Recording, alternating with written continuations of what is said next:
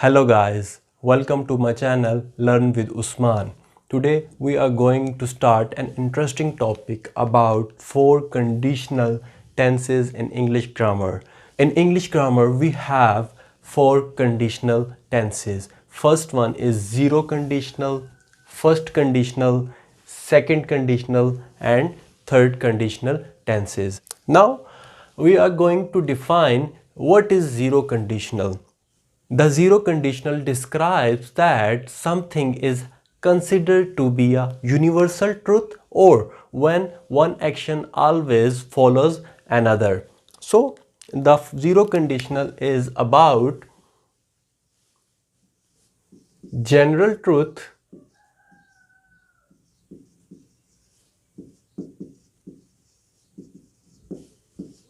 और हैबिट. आप हैबिट को भी इसके अंदर इंक्लूड कर सकते हैं. ठीक है. True in general. This one is zero conditional. Okay. After this इसका फॉर्मेशन क्या है, इसका वे ऑफ प्रोसेस क्या है. ठीक है. इसको कैसे हम बनाते हैं अपने सेंटेंसेस के अंदर. So the sentence formation of zero conditional is if और when plus present form of verb, then जो हमारे पास आउटकम आएगा, जो हमारे पास रिजल्ट आएगा, जो resultant remaining part of the sentence होगा, वो हमारे पास प्रेजेंट के अंदर ही होगा. और जब हम यहाँ पर पास्ट की फॉर्म यूज करेंगे, ठीक है, वो कैसे एग्जाम्पल के थ्रू समझते हैं, देन हमारे पास जो रिजल्टेंट सेंटेंस होगा वो पास्ट ही में आएगा. So first of all we have an example of zero conditional is, for example,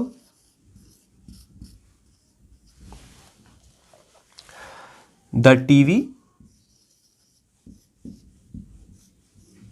comes on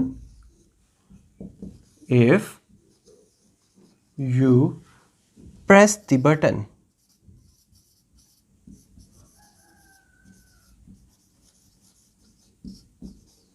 Okay? Hopefully you got my point. देखें यहां पर हमने बात की थी जो सेंटेंस फॉर्मेशन की, इफ और व्हेन. ठीक है. So the TV comes on. ठीक है. If you press the button. ठीक है. मीन्स और प्लस हमारे पास प्रेजेंट फॉर्म ऑफ वर्ब थी. ठीक है. यहां पर ये हो गया एक part, the TV comes present form of verb. ठीक है. ये हमारे पास जो रिजल्टेंट सेंटेंस है, ये जो फर्स्ट सेंटेंस होता है, ठीक है, उसको हम इफ या प्रेजेंट के साथ उसको बनाएंगे, देन हमारे पास जो रिजल्टेंट आएगा वो हमारे पास प्रेजेंट ही का सेंटेंस होगा. ठीक है. The TV comes on if you press the button. ठीक है. यहां पर देखें इफ प्रेस. ठीक है. Present form of verb. ठीक है. देन रिजल्टेंट हमारे पास जो आया द टीवी कम्स ऑन, ये हमारे पास जो प्रीवियस सेंटेंस था. ठीक है. एक और एग्जाम्पल के थ्रू इसको समझते हैं. लेट्स सपोज ये तो हो गया नॉर्मल. ठीक है. अब हम बात करते हैं किसी जनरल ट्रूथ की. ठीक है. जो सेकंड एग्जांपल हमारे पास वो क्या है, if you heat water. Okay. It boils. यहां पर आप देखें इफ के साथ हमने जो फॉर्मेशन के अंदर बात की, इफ और when plus present form of verb, if plus present form of verb. ठीक है. If you heat water it boils. This one is also in present form of verb, it boils. और ये general truth है. ठीक है. ये एक fact है. जब आप पानी को 100 सेल्सियस पर हीट करेंगे या नॉर्मली पानी को जब आप हीट करेंगे तो वो एक सर्टन टेम्परेचर के ऊपर जाके वो बॉयल होगा. तो ये ट्रुथ है. ठीक है. ये जनरल ट्रुथ है. The third example we have when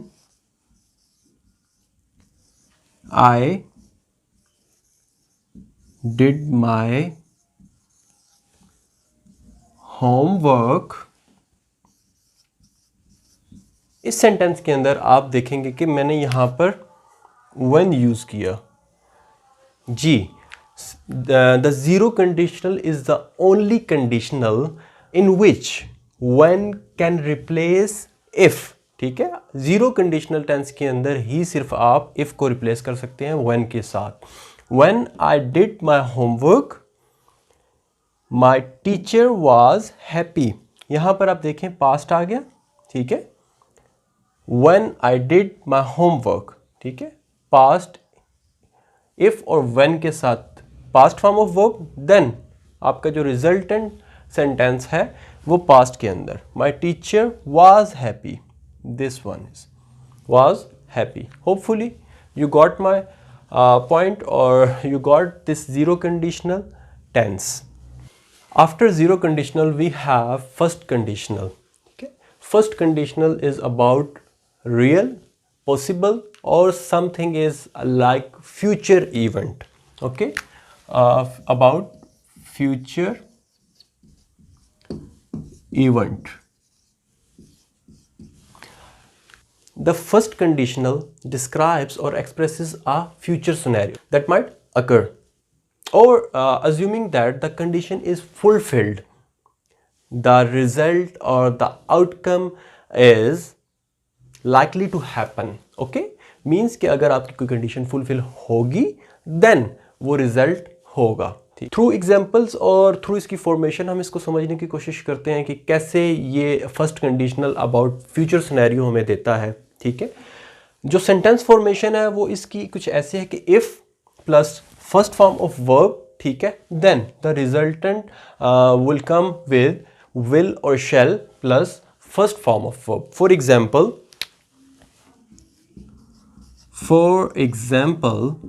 we have the first example about first conditional is if I get paid today, I will go shopping. अब यहां पर देखें कि यहां पर ये कंडीशन है, ठीक है, if I get paid today, ठीक है, देन क्या होगा, आई विल गो शॉपिंग। यहां पर हमें ये फ्यूचर सिनेरियो दे रहा है, फ्यूचर इवेंट के बारे में बता रहा है, या हमें एक पॉसिबिलिटी के बारे में बता रहा है। ठीक है, I will go shopping. The second example is if she works hard, she will pass the exam।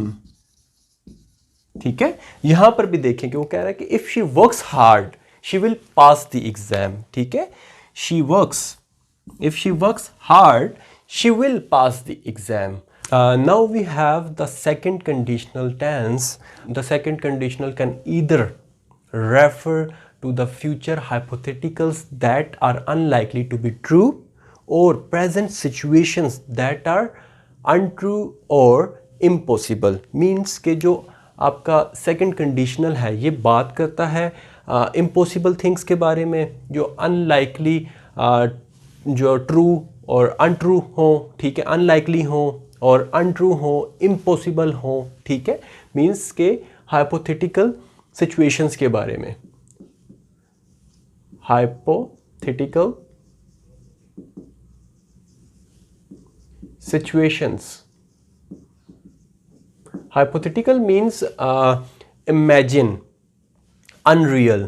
ठीक है, ठीक है, imagine और unreal events जो हैं उनको हम hypothetical situations कहते हैं। ठीक है, इसकी फॉर्मेशन कुछ इस तरह है कि if plus second form of verb means के पास्ट सिंपल, ठीक है, then it will become a would plus first form of verb. ठीक है, थ्रू एग्जाम्पल इसको समझते हैं। The first example we have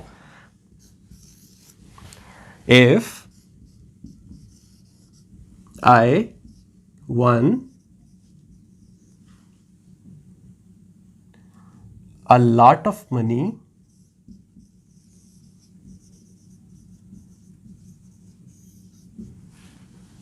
I would buy a big house ठीक है, इस एग्जाम्पल के थ्रू इसको समझें कि इफ इसकी जो फॉर्मेशन है, ठीक है, if plus second form of verb then it becomes I would buy a big house, would plus first form of verb, ठीक है। और ये बात हो रही है आपकी एक इमेजिनरी, ठीक है, जो इम्पॉसिबल, इफ आई वन, ठीक है, अगर मैं जीता, ठीक है, तो मैं आई would buy a big house, ठीक है। एक हाइपोथेटिकल सिचुएशन के ऊपर इस कंडीशन को हम लोग यूज करते होते हैं, ठीक है। एक और एग्जांपल देखते हैं इसकी। The second example, if I were rich I would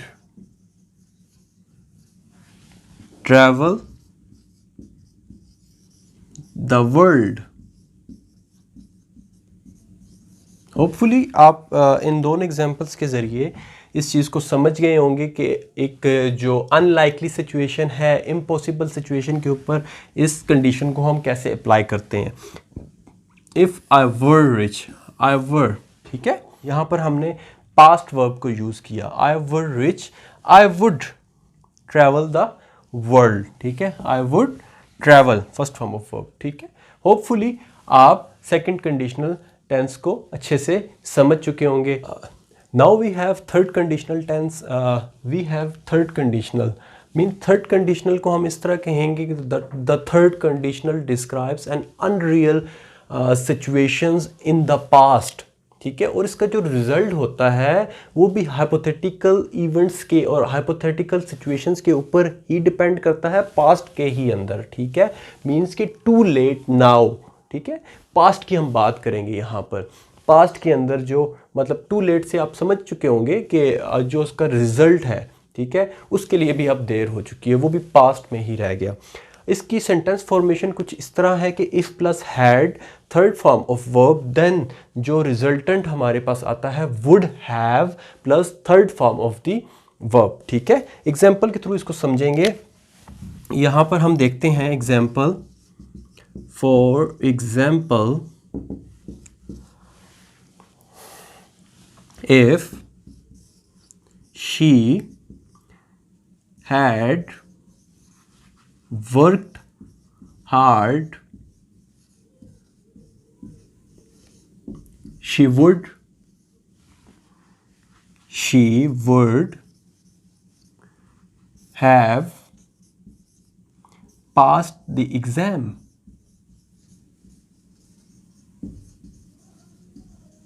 ठीक है, होपफुली आपको इस एग्जाम्पल के थ्रू समझ में आएगी कि if plus had plus third form of verb, if she had worked hard, ठीक है, she would have passed the exam, ठीक है। एक मीन्स के टू लेट नाउ, ठीक है, अब इस चीज़ के लिए देर हो चुकी है। अगर वो सख्त मेहनत करती, ठीक है, तो वो पास हो जाती, ठीक है। ये वो वाली सिचुएशन बन जाती है। मींस कि आपका जो आपका रिजल्ट भी है ना, वो भी हाइपोथेटिकल सिचुएशंस के ऊपर ही है। जो उसका आउटकम है वो भी हाइपोथेटिकल सिचुएशन, वो भी एक इमेजिनरी सिचुएशन है, ठीक है। एक और एग्जांपल को देखते हैं। Second example, if I had prepared for the interview, I would have gotten the job, ठीक है। अगर मैं इंटरव्यू की तैयारी कर लेता, ठीक है, पास्ट की बात कर रहा है, तो मैं जॉब भी हासिल कर लेता, ठीक है। इफ आई हैड प्रिपेयर्ड, ठीक है, इफ का यूज सेंटेंस फॉर्मेशन के अंदर हैड प्रिपेयर्ड इंटरव्यू के I would have gotten the job, I would have gotten the job. These are the four conditionals in English grammar, ठीक है, 0, 1st, 2nd and 3rd conditional tenses. Hopefully आपको through examples, through sentence formation के इन 4 conditionals की अच्छे से समझ में आ चुकी होगी. स्टे ट्यून्ड विद मी और subscribe to my channel and share with others. Thank you.